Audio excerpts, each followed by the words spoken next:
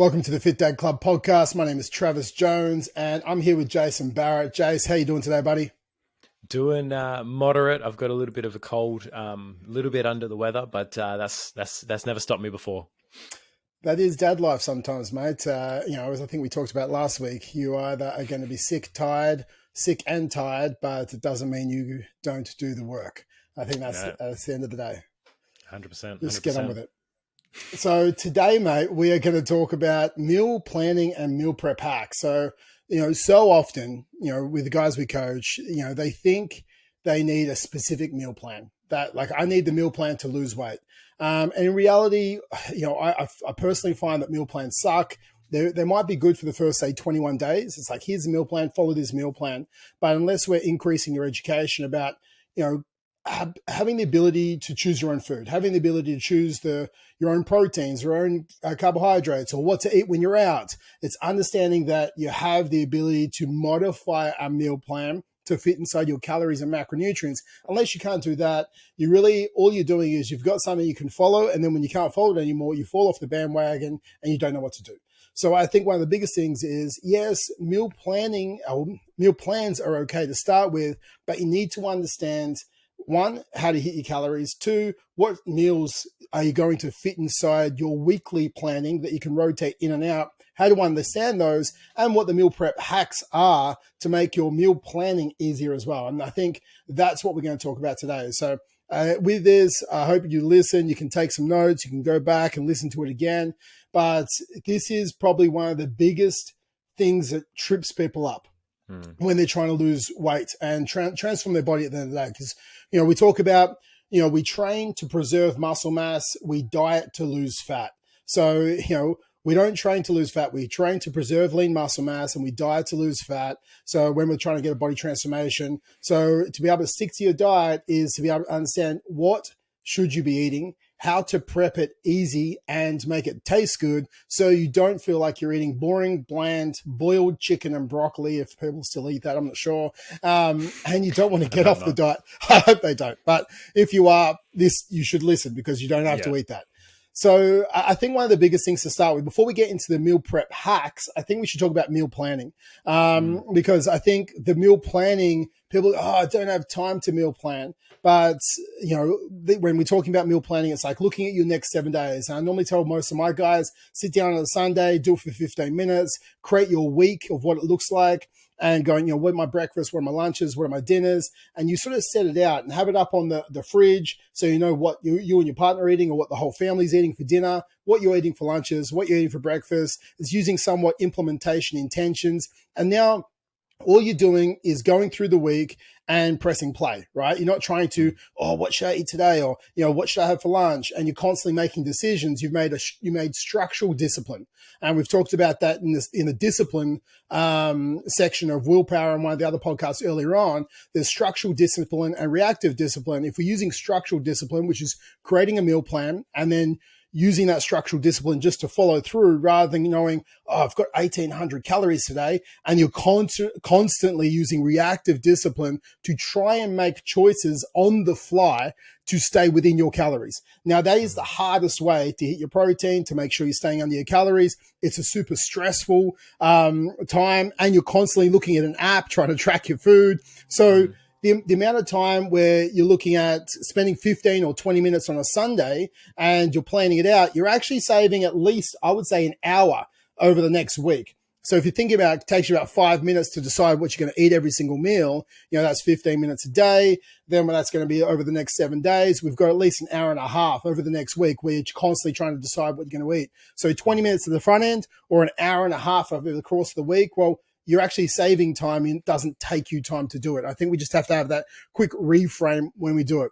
So when you're looking at meal planning out a week, what do you look at, Jace? The biggest one for me, and especially for a lot of the guys I coach, is number one is that variety is overrated. The amount of people that are like, I want to eat different shit for this meal, that meal. I want to have a different breakfast every day. And I like to, keep my options. I was like, variety is so overrated. If you're in a position where you're trying to make different meals for every single meal of the day and every single meal of the week, you're going to end like that's cooking 21 meals a week. It's like, yes, that's a hell of a lot to do. Me, I have the exact same breakfast every single day. And what you do and what I find works is you find modifiers, you find little things that you can do to flavor or slightly do a dish slightly differently. Like myself and my wife, when we sit down, because we order our food online, that's probably one of the biggest tips I can give.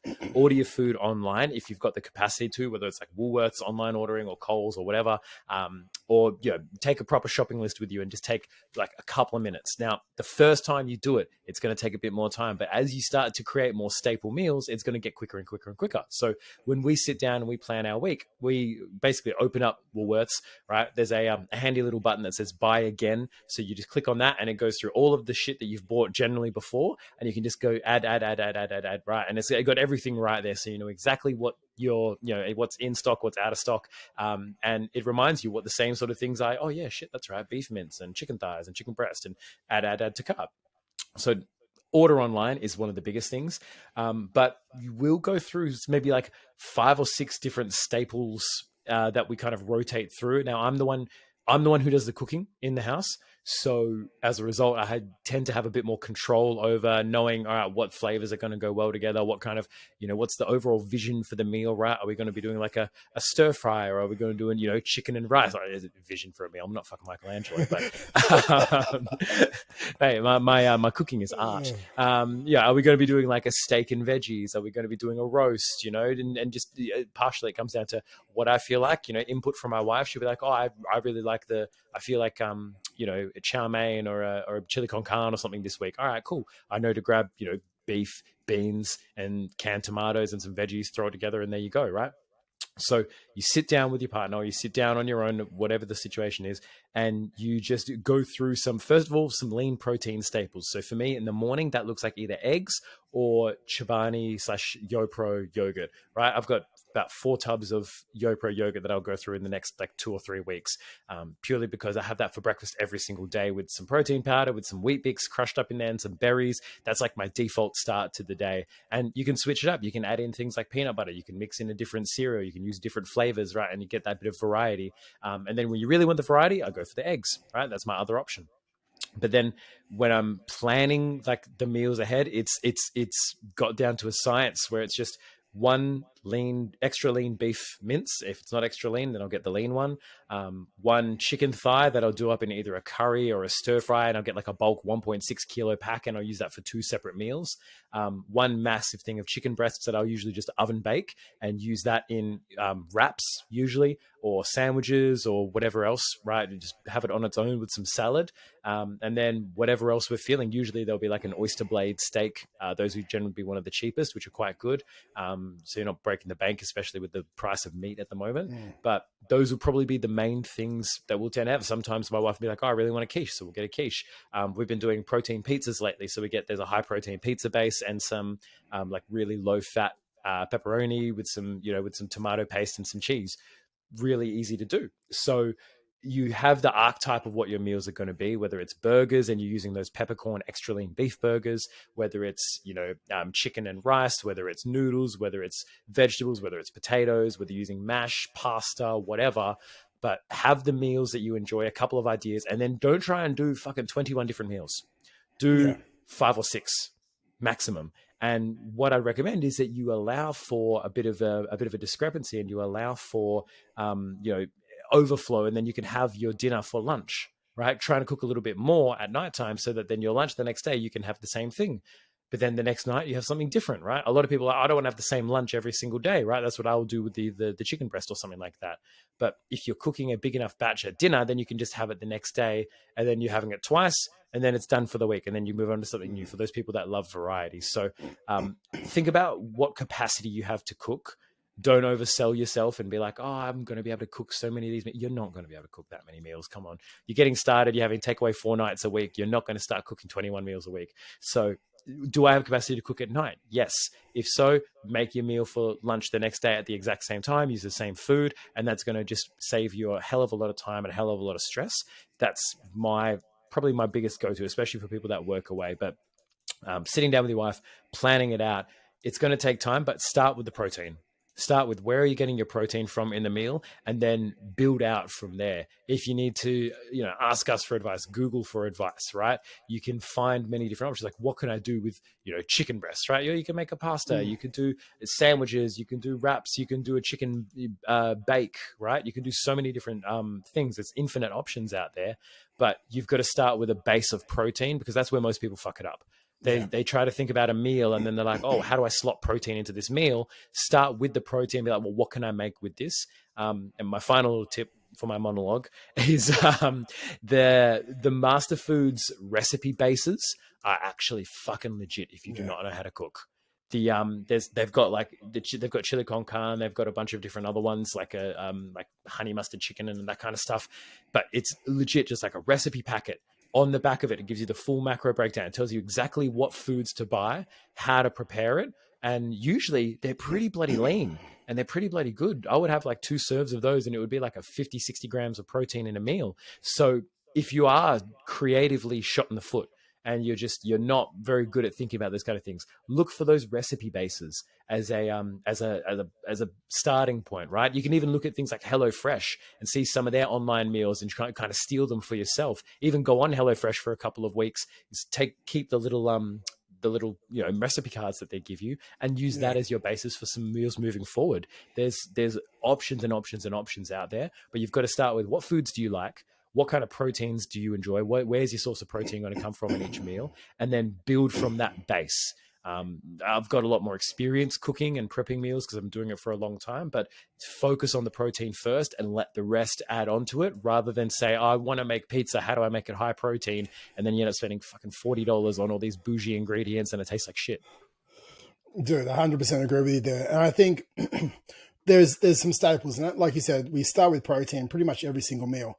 So am I getting 30 grams of protein in the meal? I think that's one of the key things. Obviously, breakfast, go for 30. If we're looking at lunches, probably going to have 40 to 50 grams, and dinners probably around 50 to 60 grams, right? So it's like when we scale it, it's just easier. We normally have slightly bigger protein inside our dinners. But also we want to have about 300 grams of vegetables a day. If you're not great at cooking veg, just buy the pre-packet veg and chuck it in the microwave. Like, worst case scenario, that's what you do. And you have like 3 packets of those veg. You just chuck it in there. You get some good micronutrients in there. You get a bit of fiber from it, and you're getting 300 grams of veg. You want to have about 1 piece of fruit a day as well. So if we look at the total basics, minimum 30 grams of protein every meal, 300 grams of veg a day, 1 piece of fruit. And it's like, okay, we have to hit these things. This is what we want to do. Then we look at it. Everyone always says, oh, I need variety. And it's like, there's a running joke about anyone who knows me is I'm a very certainty-based person with my food. I don't like change. We have a meal plan system inside our house. I know what's for Mondays. I know what's for Tuesdays. I know what's for, like, me and Liv never have to have a conversation of what do you want for dinner tonight? Well, I know it's Wednesday. This is what we eat. I know it's Thursday. This is what we eat. So there's never a conversation about what we eat because we know.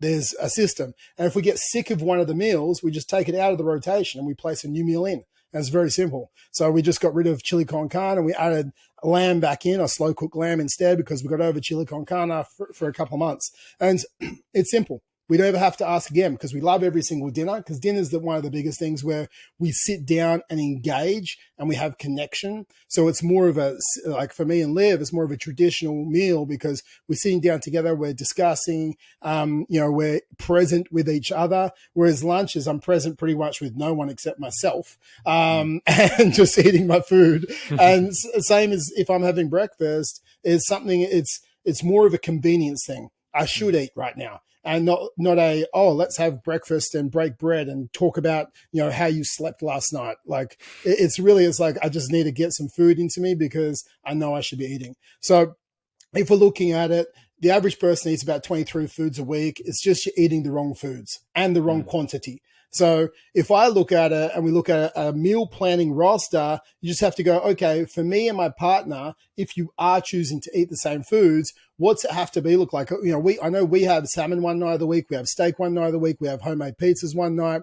We have pasta, like a spag bowl one night. We do a meatballs one night with couscous. We do a corned beef at the moment that came back into like a silver side slow cooked. It tastes great. Came back in. It's quite lean.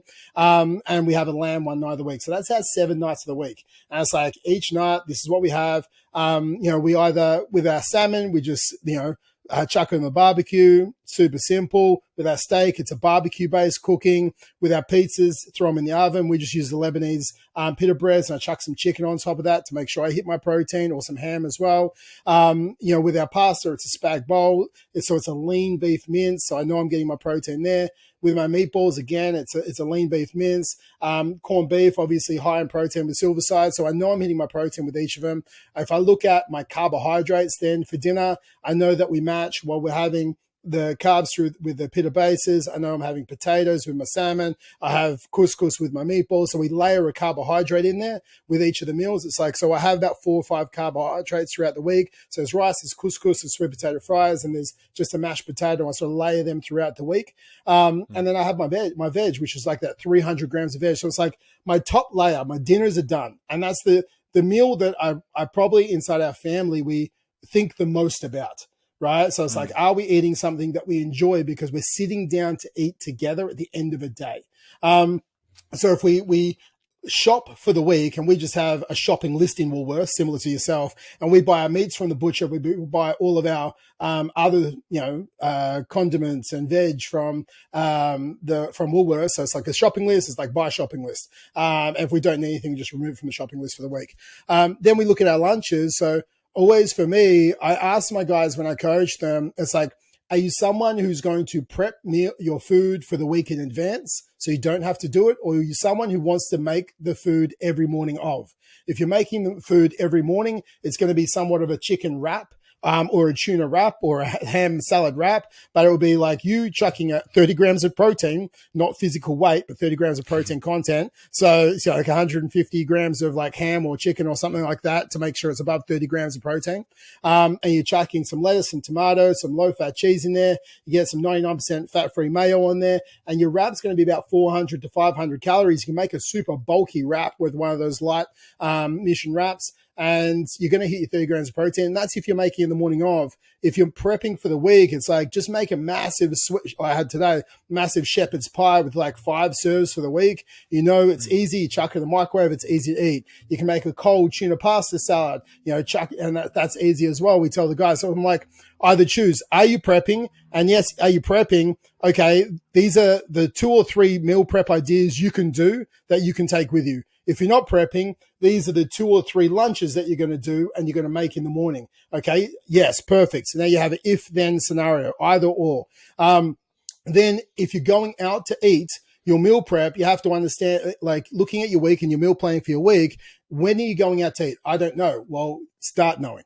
Okay, when are you going out to eat lunch? I'm going out to eat lunch on Wednesdays. Okay, cool. What's the 2 or 3 restaurants around you or takeaway spots around you that would fit inside your calories? Okay, cool. Just write in your schedule. I'm going to go to the sushi hut, wherever your sushi place is, on Wednesday, and I'm going to buy A, B, and C, right? So it's like you've already planned inside your planner of what you're going to eat for the week when you're actually eating out. So again, you don't have to make those decisions and you're not defaulting to bad decisions. So if you eat out, then you eat this. If you prep, then you eat this. If you make it the morning of, then you eat this. So that's our lunches are very simple, and it's more of like I should eat for pretty much my sanity and everyone else around me. So I'm not that hangry mofo sitting in the office. And then the last thing is like our breakfast, and breakfasts are probably like the most simple. It's like you're going to cook some eggs and have it with a piece of toast, or I always just do protein oats. It's the easiest thing for me. Chuck a sachet of oats, put a scoop of protein there, chuck some peanut butter, and I have a banana with mine, or half a banana, depends on what I'm doing, or I'll take the banana out altogether if I need to be a little bit lower on carbohydrates. So it's like my breakfast is so simple. My lunches are simple because it's just a prepped thing, and my dinner plan across the week is always the same. If you don't want to do like cooked oats or cooked eggs, just do some overnight oats, make the 5 up, take them with you to work, have them on the train or on the bus or while you're riding the bike. I don't care where you eat them or how you eat them, as long as you don't crash your bike while you're eating. Yeah, exactly. You got one of those hands-free bikes. So with that, it's coming to it with a plan. And this plan, really, you do the first one. It might take half an hour for your first plan.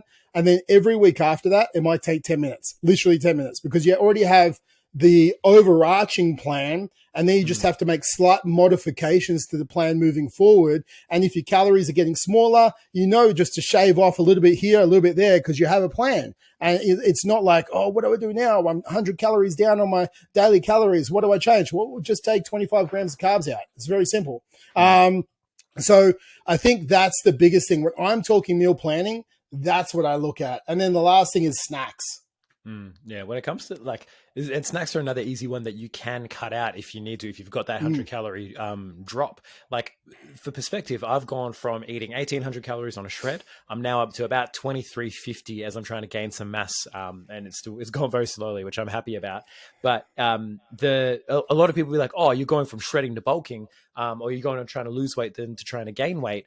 You must be eating so much, different foods and eating fucking, chocolate and eating pizza and all this other kind of stuff. I'm eating pretty much the exact same shit that I was eating before, just slightly bigger versions of it.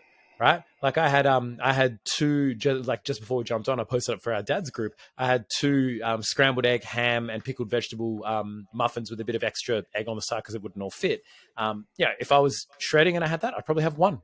Right? It's pretty straightforward. You're eating the same kind of foods and you should be eating the same kind of foods regardless of what your goals are, but you just need to scale the amounts and the volumes of what you're having. And the same thing goes for things like snacks, right? Like for me, fruit is a super convenient snack. Ideally, we do have, obviously high protein snacks are a good value. If you're already hitting your protein in your other areas, let's say, you've got 50 grams in your breakfast, which you can easily hit with some high protein yogurt and a scoop of protein powder. That'll bump you right up there. And then you're hitting another sort of 40, 50, and then 60 grams at dinner. You might be in a good spot. So as far as snacks go, we're looking at things that are high fiber generally. So we're looking at fruit in general. You've got vitamins, you've got minerals, you've got fiber to keep you full for longer. And, generally, apple a day, keep the doctors away, all that good shit. Either that or you're looking at something that's a little bit more high protein, a little bit more sustainable. So that's either those YoPro, like yogurt pouches, always a really good option. I find they go down a little bit too quick. So, they're not super filling, but, it's enjoyable for the process and it's good for on the go. A straight up protein shake, again, not a super filling option, but it is an option if you maybe like, oh, fuck, I'm not going to be able to eat for a little while. I need to get a bit of protein in. The reason why we're wanting protein so frequently is to maintain as much muscle mass as possible while we're losing fat, right? So ideally, we're hitting that sort of protein 30 grams or so every couple of hours is ideal. So a protein shake just in water or in skim milk as well. I find that works really well for me. That's probably going to be my snack after this episode. It'll just be a scoop of protein in Hilo or skim milk, because that'll give me about 30, 35 grams of protein, and that'll keep me going until dinner time, and I'll be all good. I recommend some, whether it's protein bars, whether it's beef jerky, right? If you want to give your jaw a workout and burn some extra calories just from chewing, you can get some biltong or some of the real lean beef jerky. That's always a good option. Pork crackle is actually surprisingly good. I know we've talked about it time and time again in the group as well, but pork crackle is fucking so good. Super high in sodium though, so bring some water with you. But yeah, it's you'll definitely retain a bit of water. But the beauty of it is it's super crispy, super crunchy, and it's going to give you way more flavor than even like a packet of chips would. But it's going to give you so much more protein as well. So those are some go-tos for me. You can also bake things like I've got some protein muffins that I've got in the freezer, and I'll just pull one out in the morning if I want to. They got about 15, 20 grams of protein in them as well. You've got protein smoothies that you can buy or you can make and prep. And, I'm not opposed to even like, mini chicken wraps. You can have like little mini chicken wraps you can keep in the freezer. I would say one of my little egg McMuffins that I had today, you could put a little bit of, lean ground beef in there, put that in the freezer. That's a pretty good little on-the-go snack too. So don't let snacks be limited to snack foods. But things like fruit, high protein options like your shakes and your beef jerkies and your pork crackles, those kind of things are always really good from a snack perspective. But my number one shredding snack is carrot and celery. You can either do that with hummus or just I will honestly probably eat 2 carrots a day just straight out the bag. It's crunchy, it's crispy, it keeps your mind off track, especially when you get that little craving. Like I've got a little bag of eggies here, right? I'm limiting myself to 2 of these a day. That's where I'm getting my extra calories from. And there's like, do I want a third one?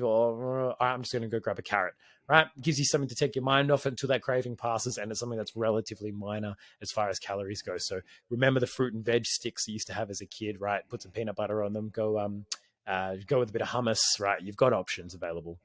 Yeah, mate, exactly. I think 200 grams of carrots chopped up, you're looking at like 70 calories. So It's I fucking think nothing. it's nothing at all, guys. So if you're looking at, you chop up the carrots, you're just munching on those. If you're someone who, just feels like they need to have a snack in the afternoon, it's going to be super low in calories. And you do that with like a yogurt, like a high protein yogurt or a Mm, jerky, and you can just keep chewing. Then it's just definitely going to hit a bit of protein in there, and you're going to hit, that's a sense of like full, like you're feeling full, like the mm. satiety. So whether that be psychological or physiological, either way, if you're chewing for 20 minutes on jerky and carrots, you're going to just not want to eat anymore. So you're Yeah, just going to be, eat a I'm whole head of done. lettuce and see how much other food you want to fit in. Exactly. So I think when we're looking at the planning side of things, it's having a core plan and then it's like interlacing things in. I think for me, like when I'm looking at like my maintenance calories, are pretty much here when I have a breakfast, a lunch, and a dinner. And then I sort of sit around 2,300 calories for my maintenance. And if I'm looking to personally to start to just cut some body fat, all I do is cut breakfast. Like automatically drops me to 1,700 calories because it's about 500 calorie protein oats for my banana and peanut butter. I cut breakfast, it cuts 500 calories off my day, and I don't have to do anything else. And I keep my training. I might bump my steps by 2,000, and I can go on a mini cut for like 4 to 6 weeks, and I have to have no other changes other than that. So I think when we look at it, and I'll move into like a bit of intermittent fasting for those 4 to 6 weeks. So when you're looking at guys, you have like an overarching plan, and then you can make modifications around your plan. But the biggest thing is you need to have a plan, Mm, because without it, all you're doing is constantly chasing your tail, and you're playing defense. And we talked about this the other day. You don't win games with defense, right? You're trying to, you hold back, all right, and you're trying to defend constantly, and that's when you make mistakes and you get points scored against you. If we're in offense constantly and we're being proactive, that's how we score the points, and that's how we hit our nutrition goals. It's how we hit our protein goals, and that's how we create change because we're constantly being proactive. We're playing ahead of time. We're playing offense, and that's how you score the points. And you score the points, you win the games, and that's what our body transformation is all about when we're gamifying the process. yeah, and I really like what you're talking about with your, the getting the dinner really sort of dialed in, as that's usually the one, you get home from work, you're Mm. tired, you're hungry, it's like, oh, what do we have? So if at the very least you can nail down your dinner as like a starting point, and then if you have, let's say we make breakfast a no-brainer, and then we Mm. really focus on mainly just planning the dinner side of things, because that's probably where most people will fuck it up, right? Lunch, you're at work, you're busy, you're not sort of, you haven't got all the snacks and all the crap foods available to you, maybe. But then again, you get dinner down right and you cook yourself enough for the next day, then that's good to go. But Sorted. that's when most people are going to struggle, is they get home, they're in that environment, and the environment is a big one as well, of habitual snacking. I find when I used to go to my dad's house every Wednesday for dinner, we would go in, we would we would basically, I'd walk in and then I'd be like, "Where's the snacks?" Because when I used to live there, I was like, we would always just, there would always be snacks and treats and things in the cupboard, and it's almost like unconscious. Like when I lived there, I used to be, a bigger person, so I would go to just, go snack. There's open thing of chips. Yeah, I'll open that up and grab a couple out. And you get into these habits and these routines, and it's noticing, well, what are the habits and routines you maybe have in your own household that you're consistently doing, and then it's like, well, we need to break that pattern. And you got to break it a couple of ways. One of the guys I was talking to yesterday, he struggled when he got home because like, I would just eat whatever's because I'm starving. I'm like, all right, well, we need to have a bigger fucking lunch, or we need to have a meal closer to when you go home. So when you go home, we've talked about this again in habits, cue, routine, reward. You're not hungry, and that's not the trigger for you to then go to the cupboard and grab some chocolate or grab some chips out, and then that doesn't spiral from there. So make sure you've got an idea of, well, what are the environmental factors that are playing into this too. But when it comes to that meal prep, getting dinner down and just focusing on, like, if that's the one meal that you cook, a big batch of it, and just make sure that's the one fucking thing that you plan. That'll carry over dividends into the rest of the week, because I've tried to prep lunches before, but we usually end up cooking so much at dinner that there's so much left over that I end up having to freeze half of it, and I never really get around to using it. So I've got all these other meals in the freezer, which is again another good tip. Whenever if you've ever got any spare meals that you're not going to use in time, chuck them in the freezer. That way you've got something really accessible. But from here, I think what we want to talk about is some of the hacks and some of the things you can do to actually prep your meals better. Right now, you've got a bit of a plan together, a bit of an idea of a plan. If you haven't, stop, pause this video, go and write down a plan. Go and have a bit of an idea. Go get some chicken thighs, chicken breast, I don't care, lean beef mince. What am I going to be basing my meals around, especially for dinner? And then build from there. And then from here, what we'll talk about is some of the hacks and some of the things to make it taste good. Because there's no point having a diet that tastes like shit. Like, you don't need your diet to taste amazing. Oh my god, this is the best food I've ever had. Because the problem for most people is because every single meal they've had, they've tried to make it the best fucking meal I've ever had. I'm gonna put extra cheese and sticks of butter and stir it all in because I want it to be this creamy, yummy, delicious pasta. It's like, well, that takes the shine away from whenever you do have those meals because you have it all the fucking time. So focus on meals that taste good, but they're not going to be, you don't need every single meal that you eat to be the most amazing thing in the entire world. You don't need every single meal that you eat to be the tastiest thing ever, because that's how you lead down the road of gluttony, right? Of continuing just to indulge and indulge and indulge. It's just not necessary. Save those meals for the good times, the important times. That's my 2 cents on tasty meals. Mate, I completely agree. I think the last thing, just before we move into the essentially hacks of meal prepping, is I tell everyone to buy like 2 or 3 of the pre-made meals from Woolworths or My Muscle Chef or someone, and just throw them in the freezer. So then you have a if, when, then scenario. If, when shit completely hits the fan, and we can't eat the dinner because the dog ate the silver side or whatever happens in your household. I'm not going to judge. He ate it all at once. Exactly. So whatever happens, then rather than your if, when, then, your old defaults, like let's order 7 large pizzas from Pizza Hut.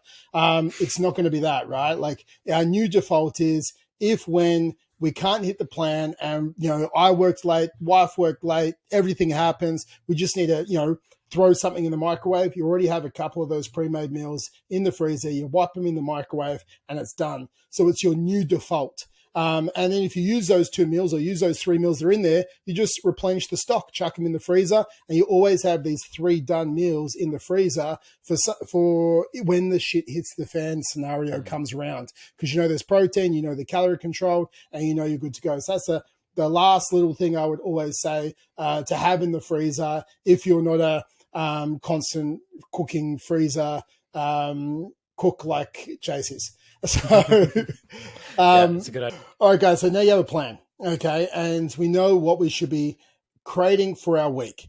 Now, what about meal prepping? I think this is one of your fortes, Jay. So I'll let you take from here. What is the best hacks to prep your week? Yeah. So there's levels to it, right? I would consider it almost like level 1, level 2, level 3 ways of preparing your meals. And the yields will basically just be in flavor and sometimes in cost as well. So there are cheap and easy options when it comes to prepping meals. And for most people, that's going to be bulk cooking on something like a Sunday. And that's going to look like, for example, oven baking chicken breast. That's one of my favorite ways to bulk prep, is because you can cook them all at once. It takes you about 20 minutes in the oven. The problem that most people run into is they don't know how to season. So if you're listening to this, listen closely. Salt, pepper, onion powder, garlic powder, and paprika as like a minimum. If you just mix those together and you sprinkle that on your chicken breast, it's still going to taste decently good, right? It's still going to, even if you overcook the shit out of it, it's still going to be salvageable. The second thing is not to overcook what you're eating and have a bit of an idea of actually learning how to cook. This is going to take time to learn how to cook. But when it comes to something like batch baking the chicken breasts, like I have a little thermometer that I'll check the temperature of them to make sure that they don't go over like 65 or so degrees in the oven. Because if they're about there internally, they're going to squeeze out all their moisture and they're just going to end up sort of dry. So if you can, avoid overcooking them. Now, you don't have to go out there and buy like a food thermometer, but if you do have one, it's a good use for it. But it's just making sure, maybe you cut open a little bit of the chicken and you see, is it still quite juicy inside? Yep, perfect. Pull it out. As long as it's not pink inside, it'll basically be done. So batch cooking on the Sunday is going to involve using things like a rice cooker or a big pan in order to get a bunch of rice going. Now, rice cooker is the biggest thing in my life that has been such a godsend. You can pop it on and delay it for 8 hours. You can put it on in the morning and rice will be ready by the time you get home. It's always perfectly cooked. You don't have to think about it. You don't have to manage like a burner and putting the lid on and off and, I let all the steam out. Did I ruin the rice? All the shit that goes on. So a rice cooker, you can get them for like $30-40, just like a little one pot, instant pot things. Put in the water, put in the rice. It's good to go. Put in a little bit of salt. You don't have to cook brown rice, right? Jasmine rice, white rice is still just as good, just pretty much the same. Like there's much of a muchness in terms of difference. White rice actually a little bit better absorbed on the gut. So, for me, texture and taste is better. So, whatever tickles your fancy. Prepping those things ahead of time is going to be big, and it's also really easy when you can do like 3 cups of rice, bang them into a rice cooker, put in, I think it's like about 5 cups of water, whatever your one does. After about an hour, you're going to have a bunch of carbs ready to go. The second thing when it comes to meal prepping, once you've like prepped the actual ingredients, right? And again, as Travis said, use frozen vegetables if you have to. You can get like those bag frozen veggies, microwave them, saute them in a pan with like a little bit of soy sauce for like, 5 minutes until they're not frozen anymore. And then they're not going to be the best texture in the world because they're from frozen. But hey, if you haven't got the time, it beats trying to cut up all the vegetables that you've got in the fridge that you never use that have gone moldy because you bought them 2 weeks ago and you promised yourself you'd use them, which never happens. So have those accessible things ready to go. Use flavors, use condiments, use sauces to maximize your flavor. Don't rely on chicken and vegetables to give you the flavor, or beef and vegetables, whatever, to give you the flavor, because they're just not going to be the most flavorful foods in the world. Use sauces, right? You'll be surprised at how far 10 to 15 mils of a sauce, like a tablespoon of sauce, can go, especially in something like, if you're using something like soy sauce, it's got fuck all calories in it, right? You're not using like a pre-made sugary teriyaki sauce and you're drizzling it over the whole thing, but a splash of soy sauce can really bring out a lot of flavor, especially to something like a stir fry. So have some seasonings and have some sauces ready to go, whether it's something like sriracha, or there's sugar-free barbecue sauce that you can get as well, the sort of lower calorie options there. Use that to your advantage. So that if you're a meal prepper on a Sunday, bulk cooking things like chicken breast or a pasta, and just getting that all done in one big pot and pre-portioning that out, those are meals that tend to lend themselves really well to sort of longer term prepping. Obviously, you can do things like wraps and sandwiches that are a little bit more individual. You can do, as Travis talked about, kind of the day of. It's not as important to pre-prep them if you've got the capacity and the time. But chicken and rice, again, it's a bit of a meme, and it's a bit of a bodybuilding staple, but it is something that works. But it doesn't have to be something that's bland. So adding flavors using those seasonings and sauces is a big one. Prepping them in big bulk batches on the Sunday it's a lot easier than you think. But then it's just finding, well, what's my level at? Am I cooking up some microwaving some frozen vegetables? Am I going to be using Uncle Ben's rice pouches because I can't be bothered, or I don't have the capacity to cook a bunch of rice? Am I going to be using the pre-portion? If you want to have something a little bit different, do I use like a 2-minute noodle packet that I can cook up in 2 minutes, and then I've got my source of carbs for whatever meal I'm having? So 2-minute noodles, who would have thought they get done in 2 minutes? But you've got those sort of more quick and accessible options. Like if you want a really tasty pasta, we use the Continental pre-packaged pastas for meals all the time as a source of carbs. Like they have like the carbonaras or the like creamy chicken and bacon, whatever, right? It's just basically you mix it up with a cup of milk and a cup of water and a little bit of butter, and you pour that in and boil it. And after 8 minutes, you've got like a relatively tasty pasta that you have as like a side, or you can stir with chicken or do whatever else you want with it, right? So those are the options in my head that are just kind of the easy go-to things. I've talked to you a little bit about like the Master Food recipe packets as well. Those are also really, really handy. But when it comes to prepping your meals in advance, either double cooking your dinners and just increasing the amount of, either if you need to buy bigger pots, but just doubling your ingredients and then portioning those things out for future meals. Or when you are cooking, just make sure you're using the right flavors. You're using things that give it a bit of oomph. It's not just chicken and rice. It's a chicken stir fry with rice, and you've got a sauce that goes with it, and it all comes together really nicely. So don't be shy to use flavors and sauces. They make the process a lot more enjoyable, because otherwise you're kind of stuck with really bland foods, and you're never going to stick to a diet with bland foods. Dude, I completely agree. And I think when we're looking at meal prepping hacks, not everyone has a wife like mine. She cooks everything for me, and she lives to make me happy through food, right? Like, I'm surprised I'm not like 180 kilos, to be honest. But like, she gets that would make you happy. That would make her happy. because she gets such enjoyment about making foods that I love.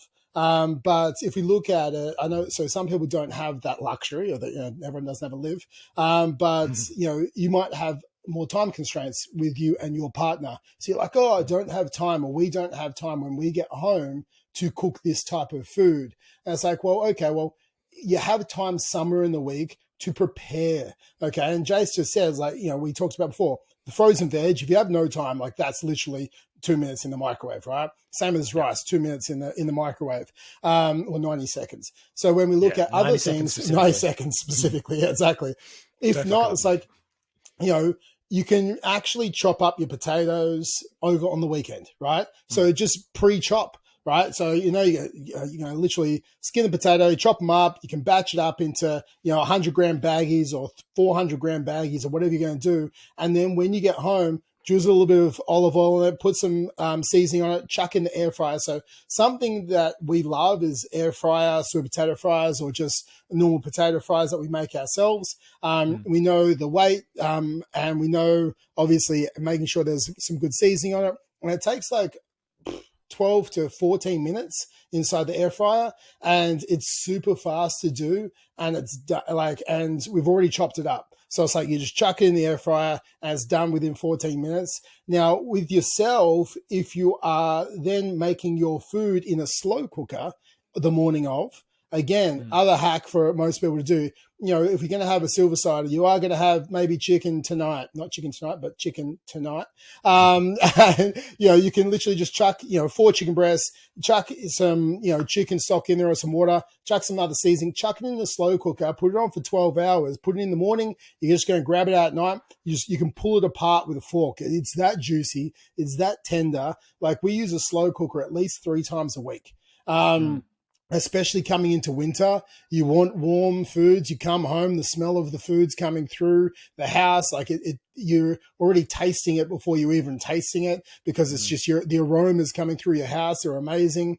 Now, all you have to do is just pull it out of the slow cooker and it's done. And at the same time, you're chucking some, pre-cut potato or sweet potato into an air fryer, and it's done. It's all served up within about 20 minutes of you actually being home, and you didn't have to do anything that night. So it takes like 5 minutes to chuck it into a slow cooker in the morning, and at nighttime, chuck your sweet potato or potato in the air fryer, and then chuck your microwave veggies in there, and you're all done, guys. So making sure we're using an air fryer, making sure we're using a slow cooker, those are the 2 key things I would definitely say most people should be using as far as time savers and as far as taste savers as well, right? So it's like they definitely, because when you're slow cooking something, they are so tender and it just pulls in all the juices, especially if you are seasoning probably, into the meat. And like I would just say that if you're going to have tasty dinners, they are probably the best purchases for you to have inside your house.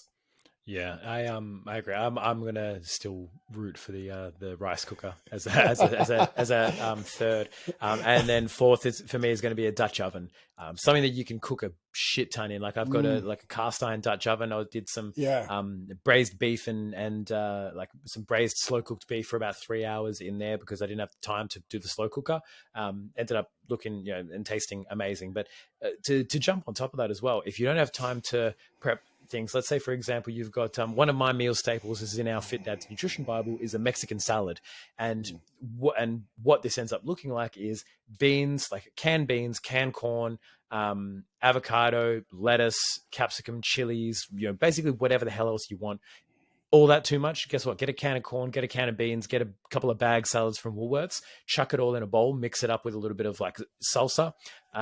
You've got the base for it. And then there's even Woolworths and Coles, they even have those microwavable pulled pork pouches. Yeah, it's like 200 grams of pulled pork in like a little sealed microwave thing, already cooked, put in the microwave. Again, for 3 minutes or 2 minutes or whatever it is, it puffs up, it's done. And then you've got cooked pulled meat that you can just, again, you can either slow cook it yourself or you can just do that and chuck it in there. Like me, I'll every now and again I'll do a full pulled pork shoulder. Now I've got a smoker out the back and I get a little bit fancy. You can also do this one in the slow cooker. This is basically slow cooked carnitas. Really, really good. You throw in like some lemon and a couple of other things in there, some lime. It's a really, really good cut for a low and slow cook. And we pulled that apart in something like 2.5 kilos or so of meat, put it into a bunch of little individual bags. We'll pop it out, microwave it, chuck it in this Mexican salad. It's one of the most filling things I have. It's so big and bulky, but also not very calorie dense. You've got, you can get fancy. You can add some corn chips to it if you want to bulk out the carbs a little bit. But even just the beans and the corn and the salad and the salsa kind of adds enough to it that it's quite a good option. So don't sleep on salads as a quick, easy prep option, but that requires, that little bit of having those proteins prepped ahead of time. The other thing I'd say as well is having a better kitchen awareness and kitchen sense. And it's not something that you develop overnight, but it's things like, all right, am I going to need the oven? Chuck the oven on as soon as I get home, right? Let it preheat, let it come up to temperature. One of the easiest things in the world is a tray bake. Get 1 or 2 just oven trays. And you can use frozen vegetables. You can use freshly chopped vegetables if you've got the capacity, right? It only takes 5 minutes to chop some veggies, but I know sometimes it's a bit longer for people. Have 2 or 3 vegetables and an onion, chop them up, chuck them on one tray. Have a bunch of chicken breasts or even chicken thighs, whatever, laid out. It could even be some steaks if you wanted to be a blasphemer and cook them in the oven. Or you could cook them on the stovetop while the veggies are cooking in the oven, right? And you use your sense to do one thing while another thing is happening. And like having a tray bake, everything in the oven, drizzled with a bit of olive oil, salt, pepper, garlic powder, onion powder. Like I said before, mix that shit up, put that in the oven. Once it's all done, take it out, portion it out. You've got this kind of, this roast vegetable kind of Sunday roast feel. You can put a little bit of Grey Vox if you want in a little bit of hot water, mix that up, drizzle that over the top. Doesn't really add that much. Adds a little bit of flavor. It feels like a Sunday roast vibe. So that's another kind of staple option that I'll talk about as far as like a meal, almost like a meal archetype of like doing a tray bake of just a bunch of stuff in there. You can chuck in potato, you can chuck in all sorts of different things, eggplant, zucchini, whatever, to bulk it out, but also to give it a bit of carbs, some pumpkin, the kind of whatever your likes are is what you can chuck in there. And it ends up being just a really easy, simple option. And that's what most people I think need when they first get started is like, what can I just put in the oven and be done with? I completely agree. I think sometimes it's when you're doing the planning into the prep, it's putting my protein source, putting my cooking method, putting my seasoning and marinade. So it's like literally, you're going to have chicken, you're going to do it on a sheet pan, you're going to put some rosemary and blah, blah, blah. And it's like, okay, that's Monday. And then just going through, these are my protein options. This is how I'm going to cook it, slow cooker, in the oven, on the barbecue, we're going to grill it, whatever you're going to do. It's like you have your cooking method laid out. So, is this a morning thing or is this a nighttime thing? What marinades or spices or herbs I'm going to use for this. So it's like I have my protein, then I have my carbohydrate source. Is it rice? Is it a potato? Is it a sweet potato? Is it a couscous? Is it pasta? So it's like, and again, my cooking method for that. So it's like for yourself, you go, okay, I know what I'm cooking. I know my method of carbohydrate. I know my method of protein. I know how long it's going to do. I know if I need to do something in the morning. I think, or I have to do something on the weekend. So it's just having that planning ahead of time allows you to do the prep hacks needed to make everything taste great. And, it just simplifies your options. You know exactly what you're going to do. Now again, you're just following through with that structural discipline like we talked before. And you don't have to always make recipes. You're making a protein source taste really good. You're making a carbohydrate source taste really good. And you're chucking some vegetables in however you want to cook them and you put them together. That doesn't mean it's a recipe. You're cooking the protein to make it taste good. You're cooking the carbohydrates to taste good. And you're adding the veg because you should be having the veg in there. And it's like when we look at food like that, the three main macronutrients we want to try and hit, that's how you're creating great meals with good calorie content, good protein content, and good micronutrients as well. So I think if we look at it like that, rather than always, I need recipes, like you don't need recipes. You just need to know how to cook a good protein that tastes really good. I think most dads listening to this, like that's what they want. They want some form of protein that just tastes really good. And then the rest of it, you can layer in the rice, the sweet potato or the potato, or the couscous next to it. They're like, yeah, that sounds great. And just garnish with a bit of veg. So you're good. I think that's the big thing, right? And if I want to like condense this down, I might make this a YouTube short. Hey YouTube, if I can hey TikTok, if I can condense this down into like what are some real go-to methods, because my wife will sometimes have this issue. If I don't make it sound like it's a meal, she'll be like, oh, I don't know if those two things will go together well. I'm like, it's like it's beef and it's rice. I'm like, it'll be fine. Like the first time I made like a beef stir fry, I got like a rump steak, cut it up and did like a fried rice with it, and she's like, oh yeah, I'm not 100% sure, that's not what I'm used to. And I was like, don't, it's going to be tasty beef in tasty rice. There's no fucking issue with it. It's going to all taste great. As long as you're not combining it with ice cream, it's going to be fine. But like I would say what I'm like, I'll go through it first, then maybe you go through it. Well, I mean, you can go through, I guess, what Liv does for you. But what are my go-to cooking methods for like each type of meat? So for me, if I go through, let's say, for example, steak, really hot cast iron pan, salt and pepper on both sides, a little bit of garlic powder. Wait till the pan comes up to a really hot temperature, and then just sear it on both sides for like 2.5 minutes. Obviously, it depends on the thickness and the cut of your steak, but that's it. Cook that like that. Get a really hot pan. If you've got cast iron pan or like a carbon steel, something like that, awesome. If not, it's a little bit harder to do, but you can still do it. But salt, pepper, garlic powder, do that one up. Perfect. You can serve that. You can chop that up, serve it with rice. You can chop it up and serve it through those Hokkien noodles, the ones that are 2 minutes in boiling water and they're good to go. Those work really well as a side too. But I will generally have that with like the continental pasta next to it, or sometimes we'll do it with some garlic bread. That'll be like our go-to. If you're looking at something like chicken breast, I'll tend to do mostly for lunches. We don't have it that much for dinners, but if I did it for dinner, I would chop it up, cube it. I'll do the same thing with chicken thighs. Chop it up, cube it into little bits. Cook it in a either in a wok or like a heavy bottom pan. Just let it get brown, salt, pepper, a little bit of soy sauce and oyster sauce over the top of it, and then let that kind of come together. Then do the exact same thing with some vegetables, and then serve that either over noodles or over rice, and have like a stir fry. That would be my go-to. If I was doing chicken thighs on their own, one thing I do is like a curry. So you go chicken thighs in a pan, go some onion, go some curry powder, some turmeric, salt and pepper, let that cook off, add in a tin of tomatoes, add in some light cream, or I've just been adding sort of a little bit of milk and butter just to replicate it because I forget to buy cream each week. It comes out the same. Add in a bunch of vegetables and let that cook down for like 30 minutes, right? So it's one of those ones where you kind of have to be aware of it. You every now and then stir it, but it ends up making a really, really flavorful like curry, which I also, for meat-free Fridays for the Good Friday, I ended up doing like a chickpea and lentil curry, which I really, really liked. I'll have to do another video about that, my vegan recipes for everybody. It was vegan till I added butter because it was lacking a little something. But yeah, if you've got like a big hunk of meat, like a big roast, again, chuck that in the oven, salt, pepper, garlic powder, onion powder, paprika, rub that on the outside, let that come up to temperature, usually about like 50 degrees, and then slice it.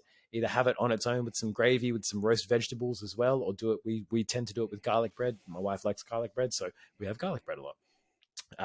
Those tend to be the, like, if you think about the staples. The final one is lean beef mince, or mince in general. You get the leanest mince you can. I'll cook that up either as a chili con carne, so go like tinned tomatoes, a can of beans, onion, garlic, and vegetables. We usually use just carrot, broccoli, and capsicum. Chuck all of that into the pot with it. Let that simmer down, let that thicken up, and then you've got chili con carne. Serve it with a side of rice, right? Easy done. Or we'll end up using that in a pasta. So I'll cook up either some red lentil pasta, which is a higher protein pasta, or even just normal wheat pasta is fine too. So I'll fry off some beef mince, vegetables, add in a jar of dolmio sauce because I'm lazy. Again, hacks, do the lazy thing. It works just as well. Jar of dolmio sauce, mix that together, let that bubble up while the pasta's cooking, stir through the pasta. High protein, very filling meal, right? So those are probably my go-to like meal prep options, or staple ways that I would cook most of the proteins that you'll encounter. And every other kind of protein that you'll encounter, every other, like, but it's like a chicken breast crumb schnitzel, or it's this or it's that, all going to fall under that kind of category. Yeah. Most of them are going to fall like, but this is a turkey breast strip. Oh, it's the fucking same thing as a chicken breast strip, right? Oh, it's pork mince. Yeah, again, same thing. Doesn't really matter unless you're, unless you're halal or unless you're kosher, right? you can have it. It's the exact same method of cooking. So those are probably the default ways that I tend to cook. Again, that's my palate. That's the things that I tend to enjoy. But yeah, that's just to give you some ideas of like what are the default ways you can cook some of these things. Mate, I completely agree. I'm not going to go into it as much detail as you. So I think Yeah, for hands me, free. mate, exactly, dude. Like for me, 100%, I use a barbecue whenever we cook. Yep. It's making sure the barbecue's hot, 200, at least 200 degrees before I chuck a steak on there. Steak's already seasoned, got some salt, some pepper, super simple. Just chuck it on there. Depends on the thickness of the steak. Chuck on the grill, 3 to 5 minutes each side. Done, pull it off. If I'm going to cook a salmon in there, same thing, put it on the pan in there, make sure there's a bit of oil in there, skin down, make sure it's crispy as hell, chuck it on the skin side for about 2 to 3 minutes, flip it, and then just cook it till it's pink, like pink in the middle. I like a bit more of a medium rare. So I'll cook a steak and a salmon or even any other type of fish on the grill, on the barbecue. And then if we're looking at slow cooking for like 7 to 12 hours, it'll be the silver side, it'll be like a lamb shoulder. So with the silver side, just chuck some garlic cloves in it, chuck a stock in there or just cups of water in there. Just make sure it's seasoned well, and you chuck it in there. Don't have to do anything else. The lamb as well is the same. There's a streets like a kebab flavoring you can buy from Woolworths. You can just drop the seasoning. It tastes amazing. You just chuck it on top of the diced lamb and we'll chuck it in there. It tastes so good. It tastes like you're having a kebab meat, which is fantastic. And that's how we'll cook like a lamb shoulder or a diced lamb. Like those are the big four proteins that we kind of have during the week, like a salmon, a steak, a lamb, and a silver side at the moment. We don't do too much chicken. I'm not a big chicken person, but if we are doing chicken, we'll literally just flatten it, dice it, chuck it in the pan, season it well inside the house. And I think that's what we look at that. And we normally have that with a kind of like a stir fry. But I'll add and again, when everything's grilling, it's like just chuck if we've chopped up the sweet potato or the potato, we'll chuck in the air fryer, or we just get the McCain's sweet potato fries. The calories on that are quite good, and we just chuck those in the air fryer, and they're good to go. Add the veg in, and we're fine. Or it's like a mashed potato. I'm very big on the potatoes because the calories for potatoes are quite good, and with that, they're quite filling as well. If you're having like a 200-gram steak and you're having like 350 grams of potatoes, like it's a half a kilo meal.